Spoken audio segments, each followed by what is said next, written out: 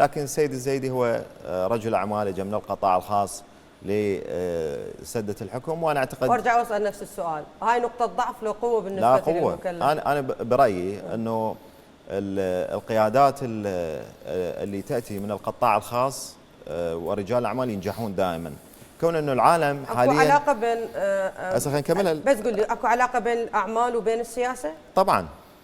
هسه اذا تشوفين اليوم الحروب والسياسه تتحكم بها الاقتصاد. اليوم الحرب الايرانيه الامريكيه، يعني الصواريخ والمسيرات والقصف ما ادى اللي اداه الحصار الاقتصادي والضغط الاقتصادي.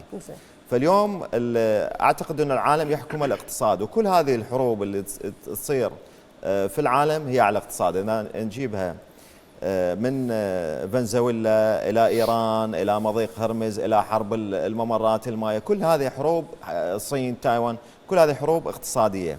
فاليوم من شخص يعرف يدير الأمور الاقتصادية، الباقي كله سهل. أكبر هاجس حاليا يهدد أي حكومة تتشكل هو الهاجس الاقتصادي.